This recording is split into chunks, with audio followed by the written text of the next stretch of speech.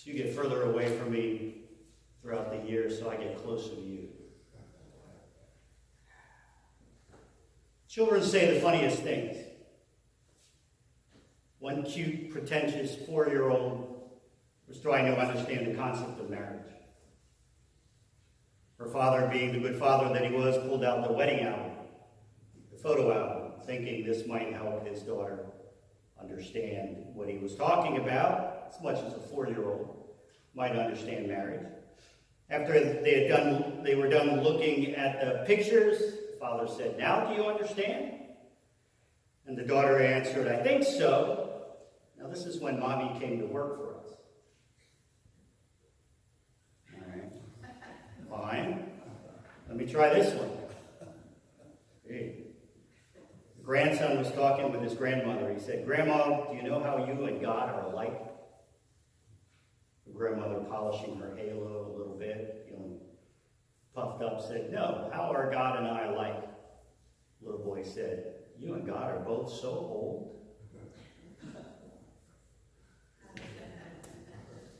Yeah. Telling jokes is not my thing, I guess.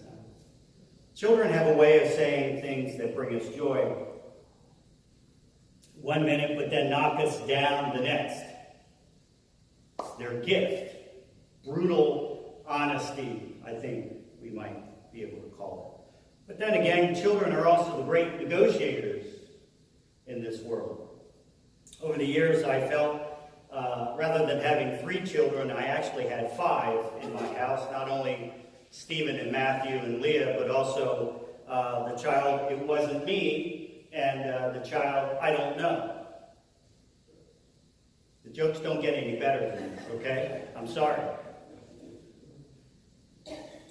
Children are not only good at keeping us off our pedestals, but also passing the blame and telling us why we're wrong. In our gospel lesson this morning, Jesus is engaged in some verbal sparring with the Pharisees. And I think sometimes the Pharisees act like children in the Gospels. That's just my opinion.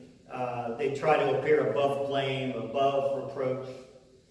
And this morning, not only are they're not so interested in getting an answer to their question, but they're trying hard to trip up Jesus. They're trying hard to get Jesus to say something wrong. They're trying to trip him up, just like life tries to trip us up occasionally. And the lessons do that to me as well. The lessons appointed for a particular Sunday, they're not always welcoming and loving, and this Sunday is no difference, for the text is about divorce, and who came to church this morning to hear a sermon about divorce? Right? My gut's telling me I should avoid this, but I don't always listen to my gut. So let's start with some statistics. As of 2016, divorce rates and marriage rates are both on the decrease. Think about that. Not only are divorce rates on the decrease, but marriage rates are on the decrease. Millennials are afraid to get married for a number of reasons. What has remained unchanged, still half of the marriages will end up in divorce. 41% of first marriages end in divorce. 60% of second marriages end in divorce. 73% of third marriages end in divorce. I think Donald and Melania have a tough road ahead of them. It's his third, right? Is it his third? Yeah. I look at Dennis like he would know. Dennis, is it Donald Trump's third wedding? I don't know. I think it is. I think it's his third marriage. Every 13 seconds in America, another couple gets divorced. By the time I finish this sermon this morning, more than 70 divorces will have happened in our country. People between the ages of 25 and 39 make up 60% of the divorces. People between the ages of 25 and 39. The professions with the lowest divorce rate: podiatrists, I have no idea why. Right? Optometrists, Maybe it's vocations that end in tryst. Well, that got at least a laugh, right?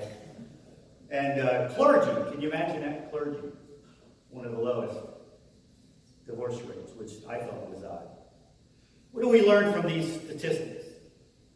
Well, we know that divorce is no longer a taboo in our society.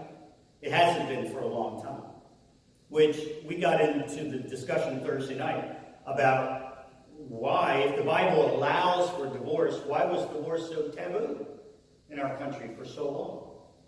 And it appears that the moral authority of the church in those marriage vows that we take that say things like, till death do us part, right? For better, for worse.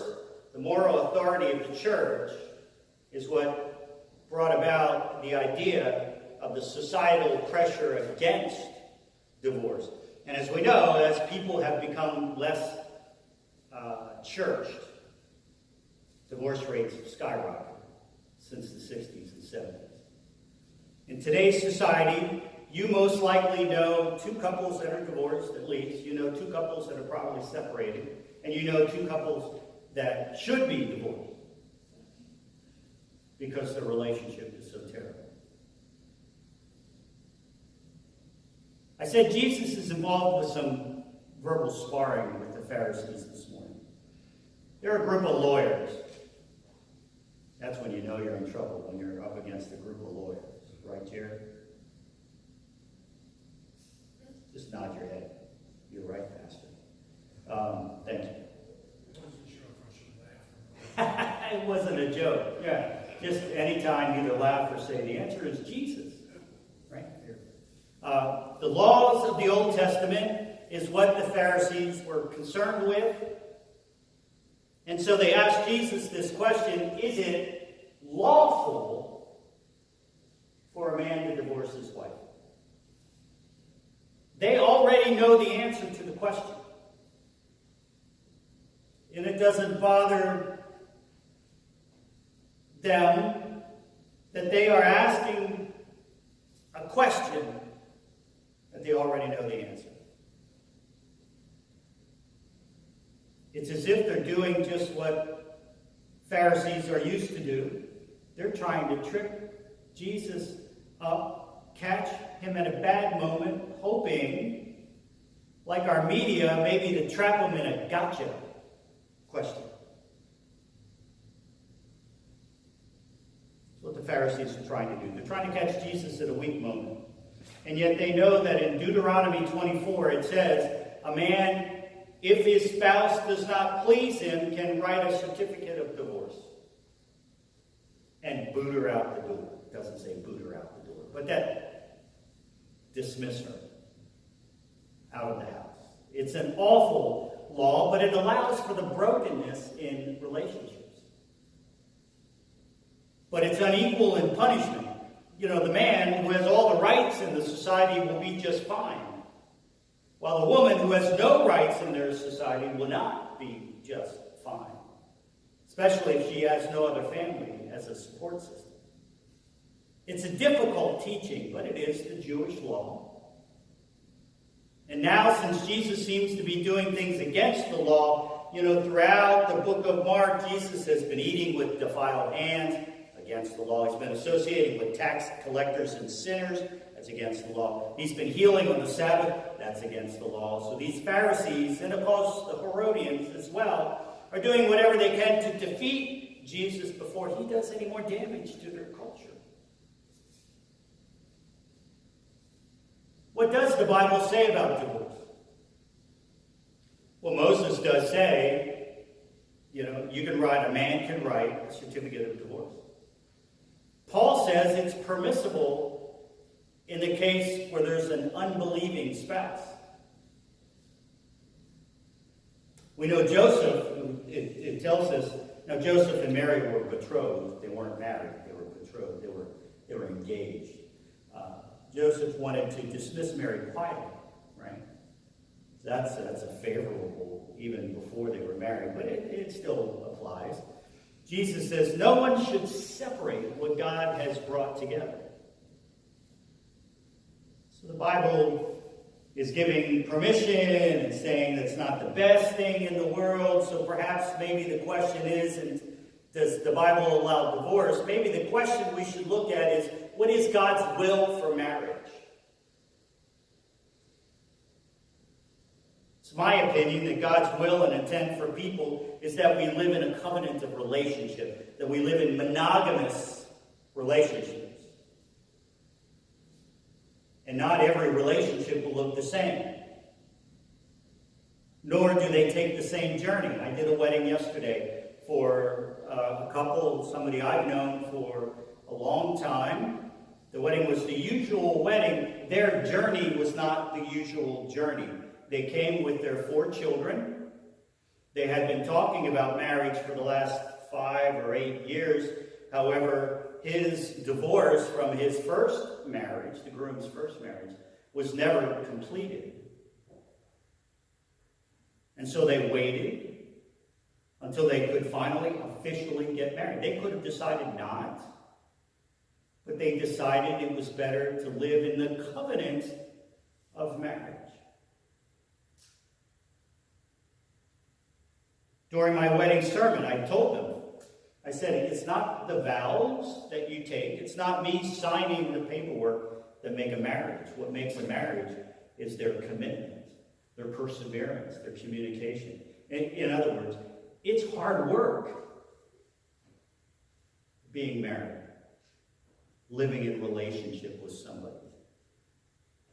Even people married for, how many years have you been married? Edie and Joe, quick. 61. They had the same answer. 61 years. It's hard work, isn't it? Sometimes, if we're honest, even people that are married, it's not just the people who've been married a year or two, right, Emily and Chris? But those married 61 or 62 years, it's hard work.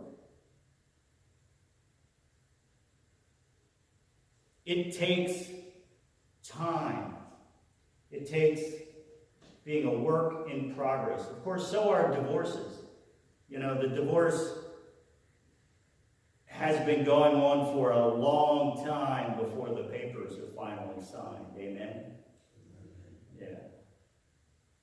And yet it's God's will that we live in relationship, that two become one flesh. And it's God's will that nothing comes between those two who have become one.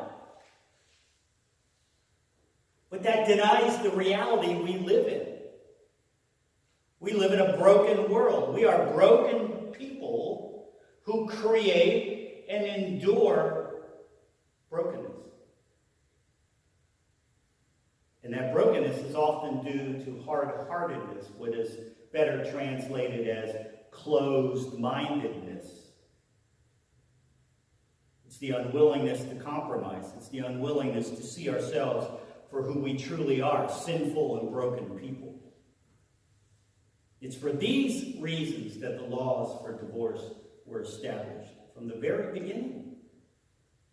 Divorce and adultery and broken relationships and abusive relationships are not part of God's plans for relationship. The reality we live in is that we are all sinful and broken people living in relationship, which often becomes broken. And when those relationships fail, it's a human tragedy. A broken marriage affects more than just the couple. It affects, if there are children, it affects the children. It affects the extended families. It affects the church family. And how the church responds to that brokenness is often revealing. And what it reveals is how weak and helpless we feel often when we see a marriage break apart. Divorce is painful. It's embarrassing. It's demoralizing. It divides the couple. It divides the family. It can divide the church.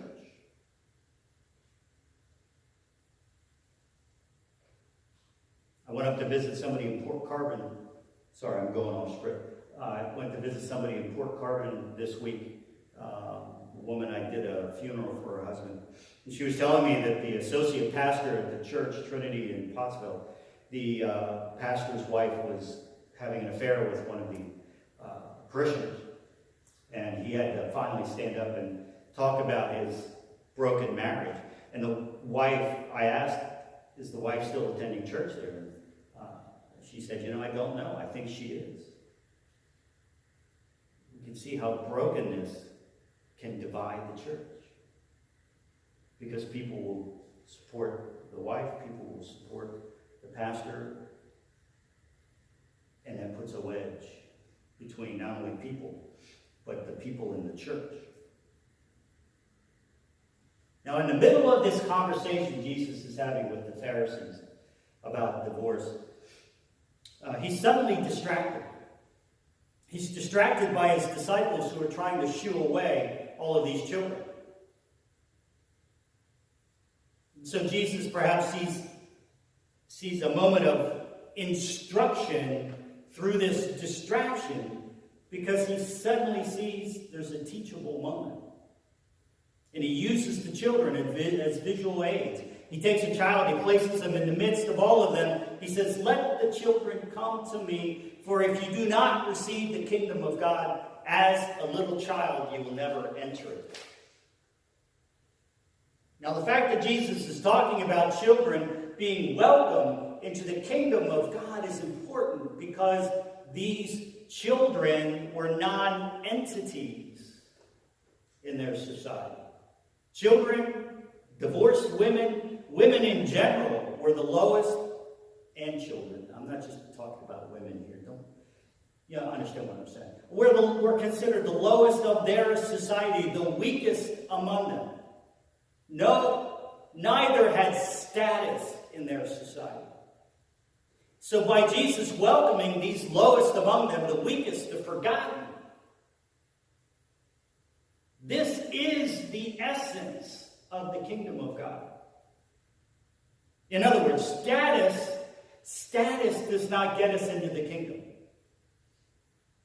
Only the radical grace of Jesus Christ and our radical dependence on that grace gets us into the kingdom of God. The lesson we hear from Jesus is clear and distinct. The kingdom of God is a place of wholeness and welcoming. While the world we live in often pushes us down when we are broken and dismisses us, when the world pushes us down, Jesus lifts us up. Like the children of God that we are. I started this morning telling terrible jokes about children. Could have been terrible jokes about anything. Apparently, I tell terrible jokes. But about the honesty of children and how it's often hard for us adults to hear their wisdom.